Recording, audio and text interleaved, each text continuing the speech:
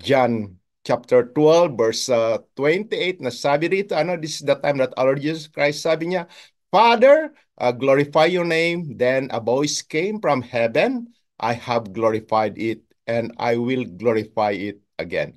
Hallelujah. Ako ay nagpapasalamat at tayo ulit ay manalangin muna. Hallelujah. Amang banal, salamat na naman, O God, sa hapong ito na kami ay pinagkalooban mo ng pagkakataon para ang salita mo ang siyang patuloy na may hayag, Panginoon. Dalain ko, Panginoon, ang iyong banal na espiritu ang siyang patuloy na pumuspos sa amin. Ikaw po ang aming pupurihin, luwalhatian, dadakilain. Ang parangal, Panginoon, ay sa iyo lamang lahat ipagkakaloob. Kaya sa hapong ito, kayo po ang siyang aming tinataas, patuloy kang mangusap, manguna, kumilos sa aming mga buhay, na ikaw ang siyang aming maranasan, Panginoon, sa bawat oras ng aming pagbibigay ng kalwalhatian sa iyong pangalan. Lord, ito ang aming samot dalangin, sa ngalan niyong anak na si Jesus. Amen. Hallelujah. Praise God because our ultimate goal in life is to glorify God. Amen. Praise God. Sa Tagalog po, kalwalhatian ng Diyos. Minsan nagtatanong ako sa aking sarili, at the end of the day, like kung sinasabi, Lord, did I glorify your name? Minsan tatanungin din natin yung ating sarili kung bigay ba natin yung karapat-dapat na kalwalhatian ng Diyos na ating sinasamba, sapagkat ang the chief end of a man is to glorify God and to enjoy Him forever. Ito naman talaga yung pagkatawag sa atin. Kaya kung ating titignan, sabi nga ni Paul, for from Him and through Him and for Him are all things. To Him be the glory forever. Amen and amen.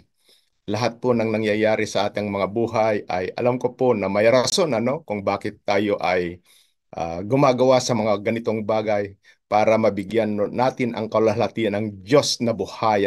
So napakabuti po ang Diyos na talagang nandyan yung kanyang gabay, nandyan yung kanyang patnubay para ang buhay natin ay patuloy na magamit sa kanyang kalwalhatian.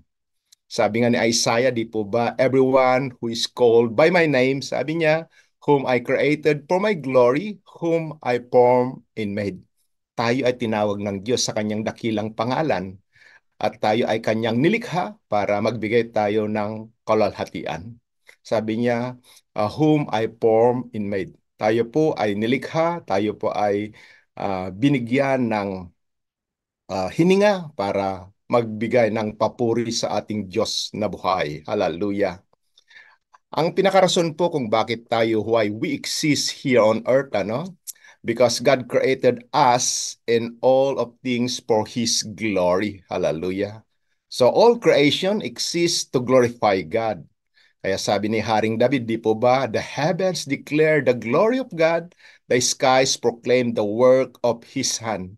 Sabi nga ng kanyang salita, day after day, they pour forth speech, night after night. Sabi doon, they reveal wisdom. Sabi ko, Lord, thank you, na ikaw nga ang rason kung bakit kami nabubuhay. The reason why we exist is because of you.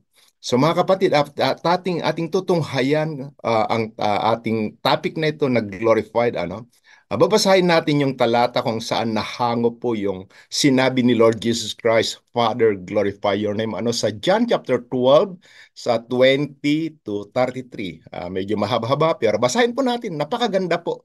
Sabi dito sa verse 20, Now there were some Greeks among those who went up to worship at the festival. They came to Philip, who was from Bethsaida in Galilee, with a request, Sir, they said, we would like to see Jesus. Philip went to tell Andrew. Andrew and Philip in turn told Jesus. Jesus replied, the hour has come for the Son of Man to be glorified. Very truly, I tell you, unless a kernel of wheat falls to the ground and dies, it remains only a single seed. But if it dies, it produces many seeds. Anyone who loves their life will lose it, while anyone who hates their life in this world will keep it for eternal life. Whoever serves me must follow me, and where I am, my servant also will be. My Father will honor the one who serves me. Sa verse 27, now my soul is troubled, and what shall I say? Father, save me from this hour? No, it was for this very reason I came to this hour. Father, glorify your name. Then a voice came from heaven. I have glorified it and will glorify it again. The crowd that was there and heard it said, it had thundered. Others said, an angel had spoken to him. Jesus said, this voice was for your benefit, not mine. Now is the time for judgment on this world. Now the prince of this world will be driven out, and I, when I am lifted up from the earth, will draw all people to myself. He said this to show the kind of death he was going to die. Hallelujah. Salamat sa salita ng Diyos. Nagpapasalamat ako sapagkat ito rin ang aming tema sa katatapos na 15th year anniversary ng church dito sa Melbourne nung linggo. Salamat sapagkat kasama rin namin doon si Pastora May, of course, sina Lydia, sina Oba, si Dane, na laging kasakasama para magpuri sa Panginoon. At ako'y namamangha sa ginawa ng Diyos sa nung linggo sapagkat kulang po yung lugar namin na mag-accommodate ng mga tao. Sabi ko, Lord, it's an overflowing joy. Naranasan namin na bumaba yung presensya ng Diyos at tunay nga na talagang nabigyan siya ng kalalhatian, nabigyan siya ng parangal. So ako'y nagpupurit, nagpapasalamat sa Diyos. Kung ating titignan, yung sinabi ni Lord Jesus Christ, Father, glorify your name. Alam po natin na since the announcement of Archangel Gabriel na si Jesus ay may papanganak through Mary, sabi ng mga heavenly hosts sa mga shepherd na sabi niya that I will tell you a good news, sabi niya, to all people. And then the glory of the Lord shone around the shepherd. Since that time, kita natin that it will be good news to all people. I praise God that we can glorify God because His Son was given to us. Sabi nga sa John 1:14, di po ba? And the Word became flesh and made His dwelling among us, that we have seen His glory, the glory that comes from the Father, full of grace and truth. Kung ating titignan, sabi ko, Lord, thank you that through your Son Jesus, now we have that confidence na talagang ipagkalob sa Kanya yung karapat-dapat na papuri at pagsamba. Alam niyo po yung word na glory sa Hebrew word, it's called kabud, di po ba? Na meaning to say it represents the weight of all that God is. That He will be lifted up. It also means the beauty or dignity, one who creates beauty, and to shine and have what we call the purity and clear of what we do to Him. At sa word Greek naman, yung word na glory is doxa, meaning to say we worship, to magnify, drawing attention to Him because He is of the highest value, yung royal splendor and perfection. Sabi ko, Lord, talagang ikaw nga ang rason kung bakit kami nabubuhay. And we thank you that you have given us the privilege para ikaw nga ay luwalhatiin dito sa lupa. Sapagkat kung ating titignan yung buhay ng ating Panginoon, ito yung kanyang panalangin sa John 17 verse 4, di po ba? Sabi niya, Father, I have brought you glory on earth by finishing the job that you have given me. So, yan po yung gawin natin, Sapagkat kung ating titignan, may boses na nanggaling sa langit na it confirms yung sinasabi ni Lord Jesus Christ na, Father, glorify your name. And there was a voice came from heaven, sabi, I have glorified it and I will glorify it again. Kung babasahin po natin yung Bible, many times na may boses na nanggagaling sa langit confirming that God is pleased with Jesus. Diba? During His baptism, sabi ron, after Jesus came out from the water, the Holy Spirit descended upon Him in the form of a dove. At sabi ron, there was a voice from heaven. Sabi, "This is my son, whom I love. With him I am well pleased." Ano? Tapos na sa transfiguration na naman, may boses na naman. Sabi ron, "This is my son whom I love, with him I am well pleased. Listen to him." And then here we come in John chapter 12 verse 28, nasabi ron, nasabi ni Lord Jesus Christ, "Father, glorify your name." And a voice came from heaven, sabi ron, "I have glorified it and I will glorify it again." Hallelujah! Bakit nga tayo nilikha ng Diyos? Of course, para magkaroon tayo ng buhay na ganap at kasiyasiya. Pero ang pinaka-rason kung bakit nga tayo nilikha ng Diyos is to glorify Him. We knew that we are the exact replica of God that will give the exact representation of who God is. Just like what our Lord Jesus Christ said that we are the creation of God. So kung si Kristo ay nasa atin, God will be pleased through our lives. Ano? So kung ating titingnan, si Lord Jesus Christ sa John chapter 12, he was anointed by Mary, di po ba, when he poured out the very expensive perfume na talagang sabi nga ni Judas Iscariot, sana binenta natin, binigay sa mga mahihirap. Pero our Lord Jesus Christ said, that was intended for me. Mary anointed him and even wipe yung kaya ng feet ni Jesus Christ through her hair.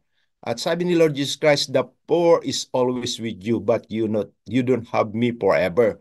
So let it be done," sabi niya, ano? At kung yung ginawa ni Mary to sa ibang gospel ay makikita natin that every time the gospel will be preached, sabi ron, what she has done will also be remembered.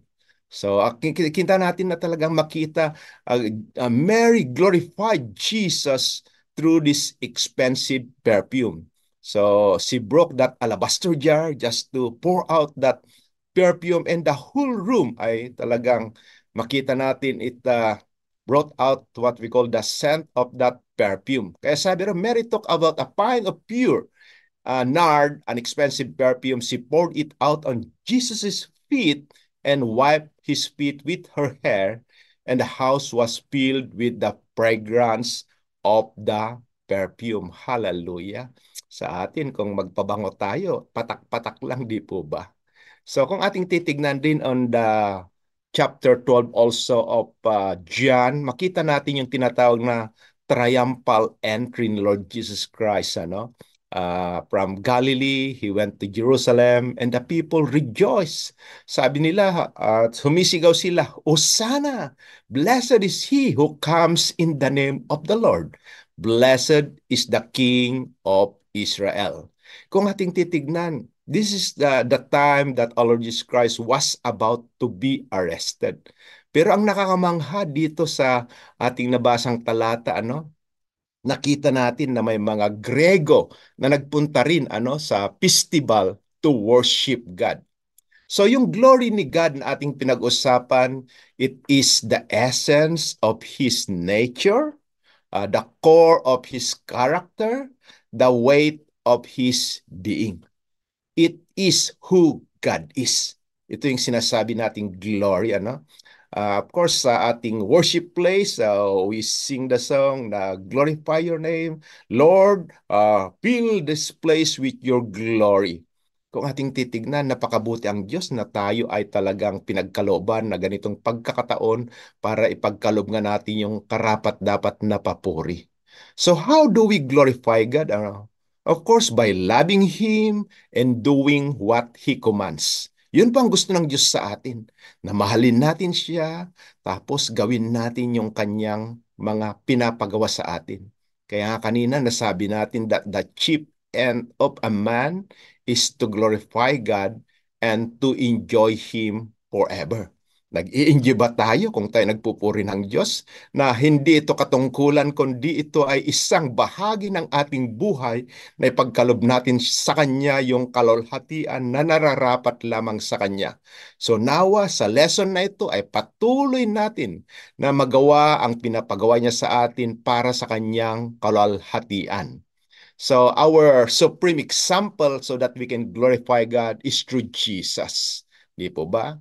Kaya kung tinanggap natin si Jesus Christ as our personal Lord and Savior, He's our everything, God will be pleased to us because Jesus lives in us. Because Jesus glorified the Father every moment of His life. Malala ko na every morning, he will get up from the bed, he will go to a solitary place, and he will pray before the Father. And God is pleased with him. Nanawa ito rin yung ating ginagawa araw-araw, ano? So even toward the end of Jesus' life, ano, he said to the Father, I have brought you glory. Ito po yung ating isang pinakamimithi every day, ano, pagkatapos ng araw, pagkatapos ng mga ginawa natin sa buong maghapon, we'll just say, Lord, I have brought you glory on earth.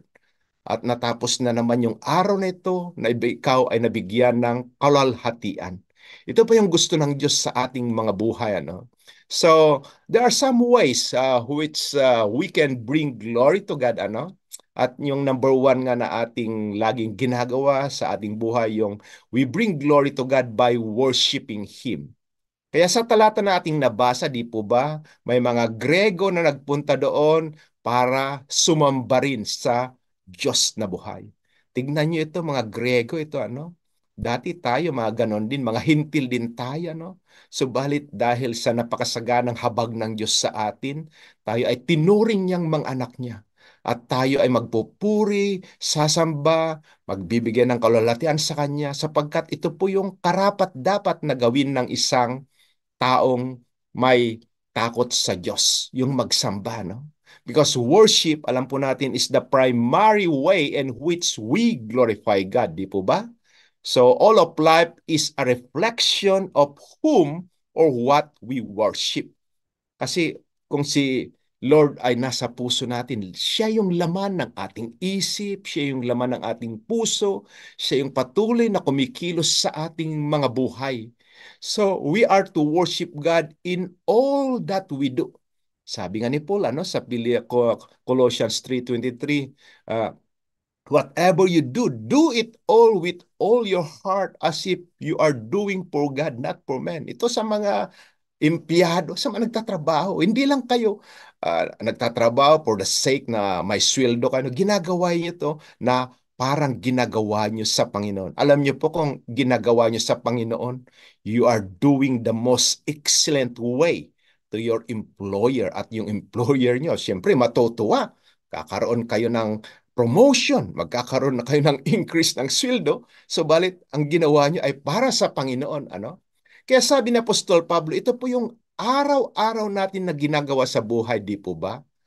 Sabi ni Paul sa 1 Corinthians 10:31, sabi niya, so whether you eat or drink or whatever you do it all for the glory of God. Hallelujah. Ito yung menial thing na ginagawa ng tao, di po ba? Yung kumain, uminom. Pero sabi ni Paul, ano? Kung ginagawa mo ito sa Panginoon for the glory of God, yung pinaka-smallest thing that you do in a daily task, ano? Gagawin mo ito at nagbibigay ng kaluguran sa Diyos. How much more sa mga mas malaki pang pinapagawa ng Diyos sa ating buhay? Sapagkat lahat naman tayo kumakain.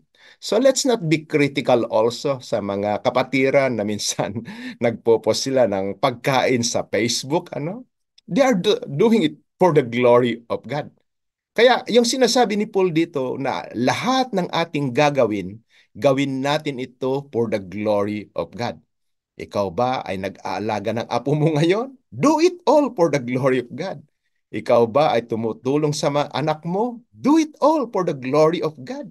Kasi minsan, very religious tayo minsan, ano, na minsan mabait lang tayo sa church. Pero actually, ang katotohanan, ang application ng natututunan natin sa church, it should be seen in our lives, in our daily lives. Kaya inihalin tulad na lang ni Apostol Pablo na kahit sa pagkain, kahit sa mga pag-inom, ng mga bagay na nagkakabigbigay ng kalakasan sa iyong katawan, gawin mo ito sa kalwalhatian ng Diyos.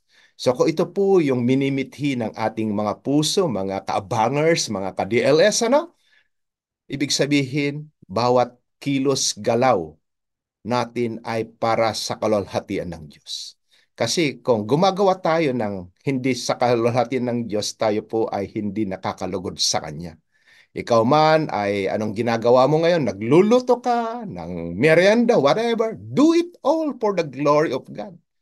Mag-alaga ka ng minsan sa Pilipinas, di po ba, iniiwan yung anak ng kapitbahay. Alagaan mo for the glory of God. Kasi this is the way how you win that person to Christ. Kaya sinabi na Paul na kahit sa pagkain, uminom, ano man gawin mo, do it all for the glory of God. Kasi if you do that, actually you are doing what is best to God, and it will also encourage yung mga taong nakapaligid sa iyo. We knew that worship is ascribing to God His word, ano? Yung tinatawag na we are stating and affirming His supreme value. Di po ba? So we are people who continually receive both our life and our redemption from God. That's why we want to bring glory to God. Our worship of God then is a response to Him for who He is and for what He has done. So mga kaabangers, we give ourselves and then of our attitude and finally of our practices until worship is a way of life to us. Yung worship ba ay talagang kaakibat na ng buhay mo? Kumbaga, it's your or lifestyle already. Kahit magising ka, magpuri ka, sumamba ka, this is the way of life ng isang taong nagbibigay ng kalalhatian sa Diyos. So, practice nga natin it will make us more uh, up, more na talagang we are giving glory to God. So, ito po yung gawin natin. So, until worship is a way of our life. So, kung ating titingnan, sabi ko, Lord, thank you that worship is ascribing to God His Word. So, salamat sa Panginoon na tunay nga na tayo ay nagbibigay ng kapurihan, kalahatian sa Kanyang pangalan. So, we continue to give our life to God, Kaya sabi nga ni Paul, whether you eat or drink, for the glory of God. Kung ating titignan, lahat po ng mga taong talagang kinasiyan ng banal na espiritu, sila ay napuspos at ang yung desire ng kanilang mapuso ay magpuri sa Diyos. Kahit si Haring David sabi niya, ascribe to the Lord, O mighty ones. Ascribe to the Lord glory and strength, sabi niya. Ascribe to the Lord the glory due His name. Worship the Lord in the splendor of His holiness. So there is no higher reason than the glory of God, because the glory of God is more important than anything else in all creation. So mga kabangers, ka-DLS, purihin, sambahin, luwalhatiin natin yung Diyos na buhay, anuman yung ginagawa natin. Imbis na magreklamo tayo, sabihin natin, Lord, thank you for the privilege. Thank you for another day that I can bring glory to God. Sapagkat kung ginagawa natin, mas maraming tao po ang maaakay. We will be an encouragement sa mga taong nakapalibot sa atin if our goal is to glorify God, di po ba? So God is most glorified when we are most satisfied in Him, di po ba? Minsan, nagpupunta tayo sa mga masasarap na restaurant and we will be satisfied. Alam niyo po yung pag-glorify the God, it will satisfy your desire. The system that God has put in this body, it will always bring glory to God because we worship God and we want Him to be glorified in every area of our lives. Hallelujah. Napakabuti pa ang Diyos. Salamat, salamat, salamat sapagkat ito nga yung rason kung bakit nga tayo nagbibigay ng mga ganitong lesson para ma-encourage kayo, that the reason why you exist is to glorify God. Hallelujah. Marami tayong mga ginagawa, subalit lahat now ang ginagawa natin is to bring glory to God. We should be an encouragement, ano? Sabi nga natin dapat tayo ang pinaka joyful creation ni Lord sapagkat tayo ay may Diyos na buhay na sinasamba natin, ano? So, paano natin ma-worship ang Panginoon? Of course, we can worship God sa pamamagitan ng ating mga prayers, ano? Because prayer should be our lifestyle, ano? Kaya kung ating titignan, sabi nga ng ating Panginoon, and I will do whatever you ask in my name so that the Son may bring glory to the Father. Ganun pala, no? Kung nananalangin tayo in the name of Jesus, it will bring glory to our Heavenly Father. We worship God by reading also the scripture, ano? I praise God that we have the Bible. We always say that the Bible is the final authority of our lives. Yes, we can come to God in prayer because we can communicate to God, of course. And we knew that when we come to pray, it's a two-way communication. We voice out what is in our heart, and we are going to hear also what God will tell us, ano? And we praise Him, we exalt Him. But in the reading of Scripture, ano, God tells us what is on His mind. So in Scripture, we discover the will of God. So mga kapatid, ano, wag nating kaligtaan na magbasa ng kanyang salita. Lalong-lalo na ngayon, ano, dati-rati, ang kakapal na Bible yung binubuhat natin, ano, pero ngayon, nandyan na yung Bible apps, ano, sa inyong mga cellphone, sa inyong mga mobiles. Basahin po natin, ano, wag nating kaligtaan. Sabi nga ni Lord kay Joshua, di po ba, do not let this book depart from your mouth. Meditate it day and night so that you will carefully obey what is written in it, and then you will become prosperous and successful. So basahin po natin. That's the way how we worship God, by reading the scripture, ano? And we worship God by singing hallelujah. Salamat. Ang gaganda po ng mga boses natin. Parang boses makalangit. Wow, angelic voices, sabi nga natin, ano? So let's use our voices to worship God, ano? Minsan hindi tayo maawit sapagkat maganda yung boses yung katabi natin. But you have to worship God, ano? Bring that worship that God deserves, ano? By singing, sabi nga natin, ano, kung masaya tayo, kung umaawit tayo sa awitan natin ng Panginoon, ano? Sa mga makalangit, ano, mga papuring makalangit, ano? And we worship God by trusting Him also. Siyempre, hindi naman masasabi na, I love you, Lord, but kung hindi ka naman nagtratas, ano? Kaya sabi ng Hebrew 11 verse 6, di po ba, it is impossible to please God without faith. That you must have to believe that He exists because He will earnestly rewards those who seek Him, ano? So God is glorified when we trust Him completely, di po ba? Because trusting God is the most basic form of worship. Hallelujah. Glory to God. We worship God by verbal praise. Hallelujah. Huwag niyong tipirin yung mga verbal praises niyo sa Panginoon. Minsan kasi alam na ni Lord na iniibig ko siya. No, God wants also to have that verbal praise. Ano? Salamat, Panginoon. Salamat sa buhay. Salamat at nalampasan ko na naman yung pagsubok na dinaanan ko. Alam ko po, nakasakasama ka. Ito po yung nabibigyan ng kalwalhatian ng Diyos. Kaya sabi nga ni David, ano, sabi niya, my mouth is filled with your praise, sabi niya, declaring your splendor all day long. Many of the Psalms are expression of praise, ano, to God. So nawa ay talagang nandun yung papuri. And we worship God by giving. Sabi nga natin, you cannot love without giving, ano. So, first and foremost, you give your life to the Lord. You give the things that God bless you, ano? Kaya nga may tinatawag na yung honoring God through your wealth, ano? So nawa, ano?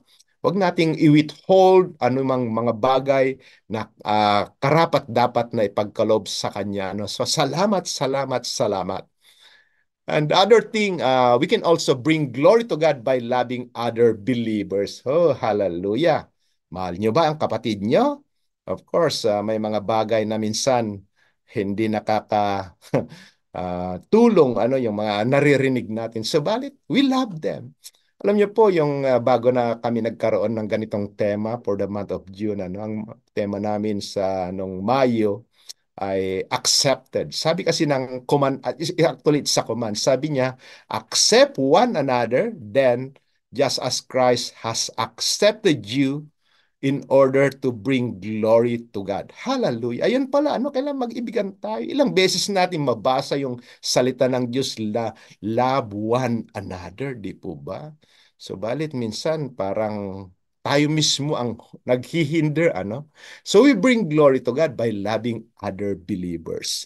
Let's not treat it as a competition. Kung may isang church na nagtayo sa katabi ng church, salamat, Actually, it's not a threat for us. Sila'y katulungan natin sapagkat hindi natin kayang abutin lahat ng tao. Ito po yung katotohanan.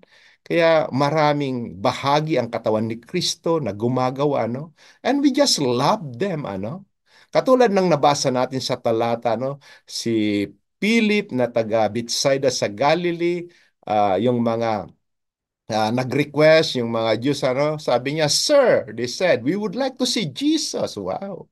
Kung ating titignan, may mga tao, sabi nga ng sa Sicaraya, di po ba, na may mga ibang lahi, tribe, nation, tongues, they will come in Jerusalem and they will worship God.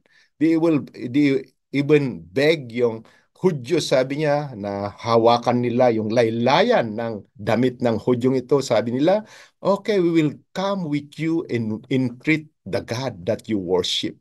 So, ganun po dapat tayo, Kaya sabi ni Lord Jesus Christ, di po ba na love one another as I have loved you, so that the world will know that you are my disciple.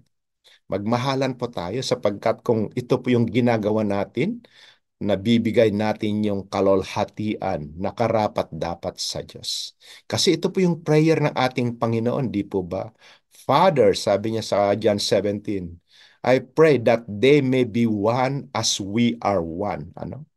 So, magtulungan po tayo, don't make things na kinababagsak ng isang Kristiyano. Kaya Kristiyano sila, Kristiyano tayo, magtulungan po tayo, Because becoming a Christian means becoming a part of God's family. Di po ba? So we glorify God when we belong to a church family where we love our brothers and sisters in Christ.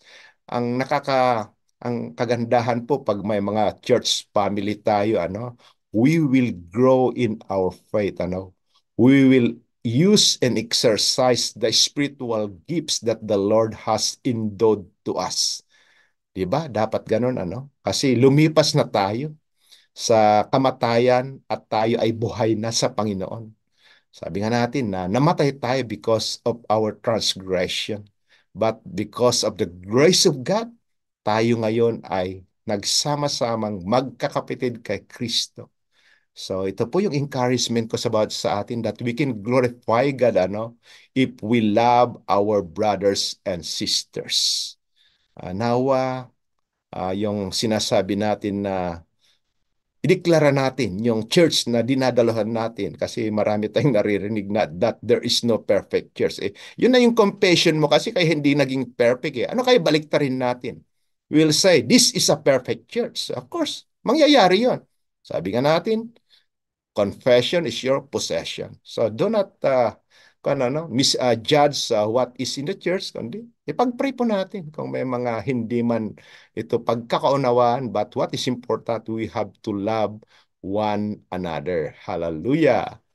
Yung pangatlo po na item, we bring glory to God by becoming like Christ. Hallelujah. Baka sasabihin niya, ang hirap naman maging kay Kristo. Kaya nga sabi ni Paul, di po ba? Imitate me as I imitate Christ. Alam niyo po, nalulugod po ang Panginoon kung tayo ay kawangis na nakikita sa atin si Kristo, Kaya kung ating titignan yung binasa natin sa John 12, sabi ni Jesus Christ, Jesus replied, the hour has come for the Son of Man to be glorified. Because Jesus Christ was about to be arrested, sa chapter 12. Pero sabi niya, sasabihin ko bang, Father, save me? Pero sabi niya, no. This is the time that Father will glorify your name. Kaya nasabi niya na unless a kernel of wheat, sabi niya, falls to the ground and dies, it remains only a single seed, di po ba? But if it dies, it produces many seeds. Kaya anyone, sabi rito, who loves their life will lose it, but anyone who hates their life in this world will keep it for eternal life. Ito yung sinasabi natin na paradox, di po ba? Parang mahirap intindihin, parang kabaliktaran, pero ito yung katotohanan. Ah, habang tayo'y nagpupuri, nagsasamba, nagbabasa ng kanyang salita, no? Ang goal natin as a Christian is to be like Christ. Pinag-aralan natin yung buhay ng ating Panginoon. Kaya sabi doon sa John chapter 1, di po ba? And His life became the light of men. Nawa makita nga si Kristo sa atin. Because through it, this is the highest level that we can bring glory to God. Because God wants His children to grow to spiritual maturity until our Lord Jesus Christ will be seen in our lives. So becoming more and more like Christ brings glory to God. Kaya sabi ni Paul, di po ba, kasi si Moses, kung siya nagsasalita nun, nagtatalokbong, ano? Pero when Christ was revealed to us, wala na yung talokbong because God wants to see Jesus in us, ano? Sabi niya, and we all who with unveiled faces contemplate the Lord's glory, sabi niya, and are being transformed into His image with ever-increasing glory. Tignan niyo yung word na ginamit, ever-increasing glory, which comes from the Lord who is the Spirit. Hallelujah. Glory to God. Na matransform daw tayo. That we are going to from glory to glory. Ito yung sinasabing ever-increasing glory. Sapagkat we want to experience the Shekinah glory of God in our lives. You know, when Solomon dedicated the temple, talagang bumaba ang presensya ng Diyos. And the offering, yung burnt offering was consumed by fire, ano? Meaning to say, God's glory came down to the temple. Ito po yung naranasan din namin, nung last Sunday. We feel the glory of God ay bumaba sa aming pagpupuri. So salamat sa Diyos. Itama po natin yung ating kaisipan, puso, para ang kalwalhatian ng Diyos ang siyang patuloy na maranasan natin sa lahat po ng ating paggawa, pagsunod at yung pagsamba sa Kanya. Napakabuti po ang Diyos sapagkat siya ngayong nagbibigay ng kapurihan sa Kanyang dakilang pangalan. Hallelujah. Glory to God. So yung pang-apat na lesson natin, we can bring glory to God. Praise God for everything that we are doing right now in our lives. So ito po yung pang-apat. We bring glory to God by serving others with our gifts, ano. So salamat sa Panginoon sapagkat may spiritual gift na pinagkalob ng Diyos sa atin, ano. Kaya sabi doon sa talata, no, whoever serves me must follow me, and where I am, my servant also will be. My Father will honor the one who serves me. So God has given every believer, di po ba, spiritual gifts. He wants us to serve others with the gifts He has entrusted to us. Lahat po tayo ay may kaloob, ano, at ito po ay gamitin natin para maluwalhati ang Diyos. Nung una, di ko rin alam yung aking gift, ano. Nag-umpisa akong maglinis ng floor, mag-mop ng floor, ihanda yung chairs. Glory to God, ano. Because God looks the intention of our heart, ano. And then later on, you can discover the higher calling of your life. Sabi ko noon, di ko naman akalain na maging pastor ako. Pero God sees my heart, because I do the menial things na iniisip ko noon ay yung mag-ayos lang ng mga silya sa church. So glory to God sapagkat ginagamit ng Diyos lahat ng mga bagay na ito para yung matrain tayo, madiscipline tayo, magamit tayo. Anong bago-bago ko sa Australia kasi Ilocano ako, matigas yung dila ko. Sabi ng nung nagpatuto ko, medyo lambot-lambutan mo na yung dila mo. Sabi, ay praise God, ngayon Ilocano accent pa rin, pero naintindihan naman ako. So, the Lord used me to preach the word of God here also. He used me to lead a church here.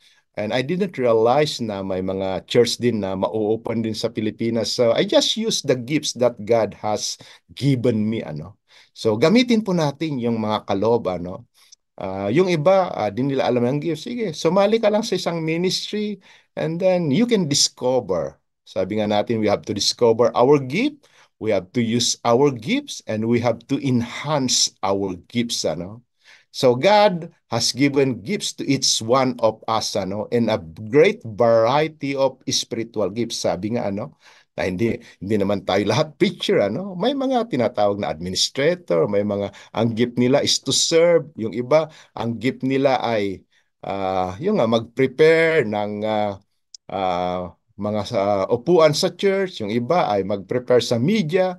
So God uses everything para ang kanyang gawain ay mapalago, Kaya sabi rito, we have to manage them well so that God's generosity can flow through us, Then God will be given glory and everything through Jesus Christ. Hallelujah. Napakabuti pa ang patuloy na ginagamit. Sorry, bumagsak po yung kan. So ito po yung ating ginagawa that we can continue to bring glory to God at salamat sapagkat ang Diyos na ating sinasamba ay patuloy na napupurihan sa ating mga buhay. Kung ating titingnan, yung buhay natin ay magagamit natin lahat ito ang kaloob para ang Diyos na ating sinasamba ay patuloy na makita sa mga gawain na pinagkatiwala niya sa atin. I praise God when we see glory, yung word kabod, glory to God sapagkat kung ating titignan, siya yung dahilan kung bakit tayo nagkakaroon ng ganitong gawain. And I praise the Lord because through it, when we say God's glory, it is Him, the object of our worship. Salamat sa Panginoon sapagkat kung ating titignan, if we use these gifts that He has given us, maraming taong ang mapagpapala. And we bring glory to God by telling others about Him. Hallelujah. Ito yung pinakamainam, yung mag-share ka ng kanyang kaluwalhatian, Kaya sabi ron sa talata na ating nabasa, sabi ni Lord Jesus Christ, now my soul is troubled, and what shall I say? Sabi niya, Father, save me from this hour. Kumbaga, yung panahon ay talagang yung aristuin si Jesus, makro-crucify, pero sabi niya, no, it was for this very reason that I came, that this hour came, sabi niya. And then sinabi niya, Father, glorify your name. And a voice came from heaven, sabi ron, I have glorified it and I will glorify it again. Tapos kung ating makikita, yung crowd may napakinggan silang boses, pero hindi malinaw sa kanila. Sabi, ay kumulog, sabi ng iba. Hindi nagsalita ang angel, sabi ng iba. Pero anong sabi ni Lord Jesus Christ? This voice is for your benefit, not mine.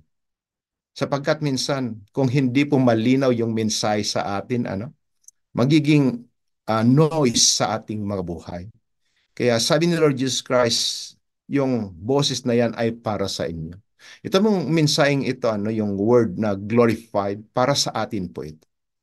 Marahil, sabi ng iba, may pinagdadaanan. Sabi ng iba ay iba yung way of worship nila. But if we will align our spirit, our heart, to the will of God, your goal is to bring glory to God. Because God wants to use us to tell Jesus to the world, Kaya ang panalangin ni Jesus, I pray for them that those who will receive their message, ingatan mo sila. So ganun po, if we allow ourselves to be the instrument to share Jesus to others, people will come to know God also. And one day, they will be with us also, glorifying God. You know, the best thing that you can feel in going to church every Sunday, of course, is to worship God, ano? Pero kung makita mo yung inimbita mo ay nandun rin, oh, what a joy, di po ba? Kaya maalala ko na lang yung sinabi ni Lord Jesus Christ, if one sinner repents, ano, thousands of angels will be rejoicing in heaven. So ganun po tayo kung yung naimbita natin, nagpunta because we told Jesus na siya yung the Son of God, yung revelation na makita natin that through Him we can gain or access salvation. Kung makita mo yung inimbita mo, wow, hallelujah, what a joy. Ito yung feeling ng mga angels sa heaven. They will rejoice when they say someone giving their life to Jesus, ano?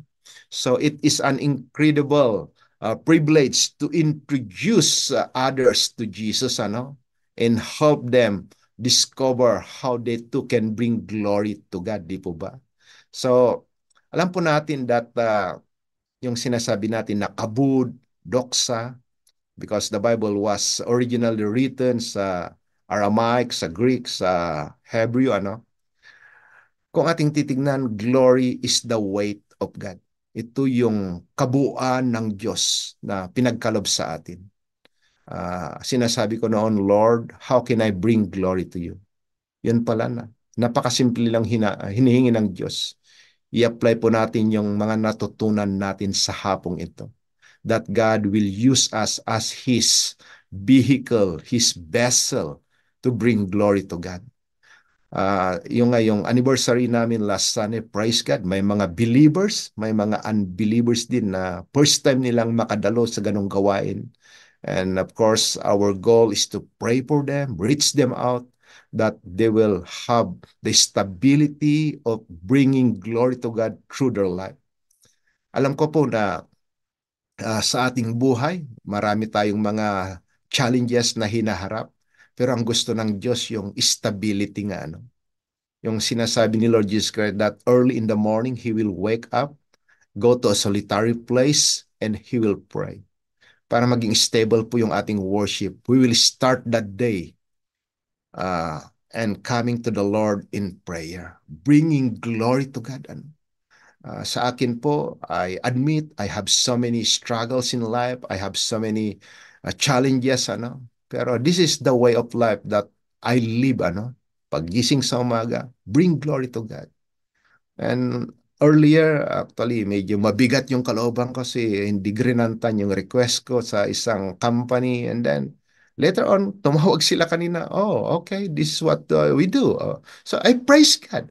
Kasi kung may mga iniisip tayo na sabihin natin mahirap, ano yung parang hindi mangyayari, sabi nga natin, trust in God. Because trusting in the Lord is giving glory to God. Kaya sabi ron, ano, trust in the Lord with all your heart and lean not unto your own understanding, that in all your ways acknowledge Him, that He will make your path straight. Mga kaabangers, I pray that the glory of God will continue to be given to Him. Ano? Kaya nga sabi ni Lord Jesus Christ, I will bring back the glory that you gave me. Alam niyo po, pag may nagawa tayong kamangha-mangha, sometimes we take the glory. Pero ito po yung masabi ko, we bring glory to God. Malala ko si King Herod when he spoke to the people. Sabi ng Diyos, oh, He is God. He took the glory. At ang nangyayari sa kanya ay inuod siya. Pero sa atin, ano, whatever we have achieved in life, it's because God helped us. And we have to bring that glory to God. Tayo ay pastor, tayo ay tatay, tayo ay gumagawa ayon sa mga bagay na kailangan ng pamilya natin, we will do it for the glory of God. Ang pagbibigay ng glory of God, it will humble you down. Wala naman itong paligsahan sa paglilingkod sa Panginoon. God will use each one of us to bring glory to God. So nawa, mga kaabangers, ano, I pray and I hope that whatever we do, whether we eat or drink, we will do it all for the glory of God. Ikaw nga ay nagtatrabaho? Ikaw ba ay nasa bahay lang nag-aalaga ng anak? Ikaw ba ay naghahanda ng hapunan ng iyong pamilya? Ikaw ba ay isang may-ari ng isang negosyo? Ikaw ba ay isang, sabihin natin na empleyado ka sa isang company? Do it all for the glory of God. And the thing is, when you do it all for the glory of God, you are doing the most excellent way sa trabaho mo because you are doing for God, not for men. Ganon din sa church. Kung pumunta tayo sa church, it's not to impress anyone. We are there in the church to bring glory to God through the worship that we offer to God. Nawa, ang buhay natin ay katulad nga ng buhay ng ating Panginoon because this is how our Heavenly Father will be pleased. Ano? So, salamat po uli sa pakikinig na nawa ay baon-baon natin yung mga katuruan na napakinggan natin ngayon that we bring glory to God in every aspect of our lives. Sige po, tayo po'y mananalangin at salamat sa pribilehyo na pinagkaloob nyo sa iyong lingkod. At salamat, Pastor Dong, Pastor May, for allowing me to be used by God this afternoon. Salamat, Rhea. Actually, Rhea just messaged me this morning that I will be sharing this afternoon. And thank you for the privilege. Tayo po'y manalangin. Hallelujah. Ama naming Diyos na makapangyarihan sa lahat, salamat Panginoon. Because our ultimate goal in life is to bring glory unto you. And we will enjoy, Lord O God, your holy presence. Dalahin ko, Ama Panginoon, na itong Lord O God, ang rason why we exist here on earth to bring glory unto you. You called us by our name, O God. You created us for your glory. You formed and made us, O God, to bring everything to you, Lord O God, that your name be glorified.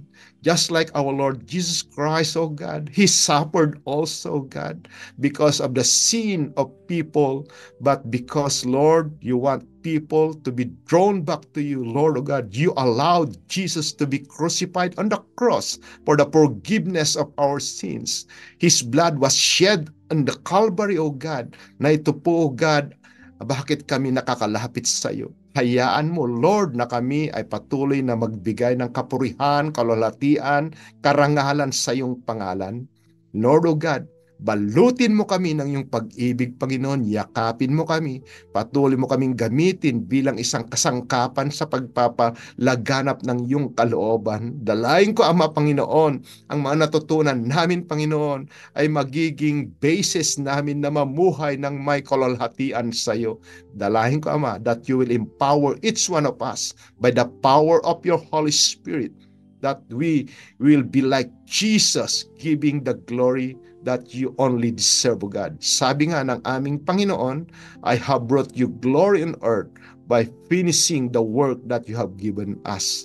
So, ganon din, Ama, O Lord, dalangin namin that we can finish the race, we can fight the good fight of faith, O God, at dalahin ko, O God, na ang buhay na ito ay gamitin mo para ang iyong kalulhatian ay patuloy, Lord O God, na isang mabangong samyo sa iyong banal mong luklukan, Panginoon.